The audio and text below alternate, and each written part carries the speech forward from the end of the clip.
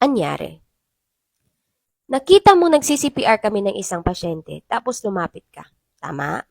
Tayo ay nasa public hospital. So, ang pag-utos natin medyo dahan-dahan lang. Pagkalapit mo, nakita mo si Doc. Nakita mo ang nurse. Alam mo din na 40 ang pasyente namin. Imbis na sabihin mo na, "Excuse me po, pwede pong paayos ng swero ng pasyente ko?" Ano sinabi mo? "Ano ba? Unahin nyo naman yung swero ng pasyente ko. Tax namin ang nagpapasahod sa inyo." Mamputain na naman. Alam mo naman may sinasalba kaming buhay, eksena ka. Lahat naman po makakatanggap ng serbisyo. Pero ma'am, maghintay ka naman. Ang tawag po dyan, kaunting konsiderasyon. Hindi naman po namin pababayaan ang pasyente nyo. Pero ma'am, putain na. Mag-adjust ka naman.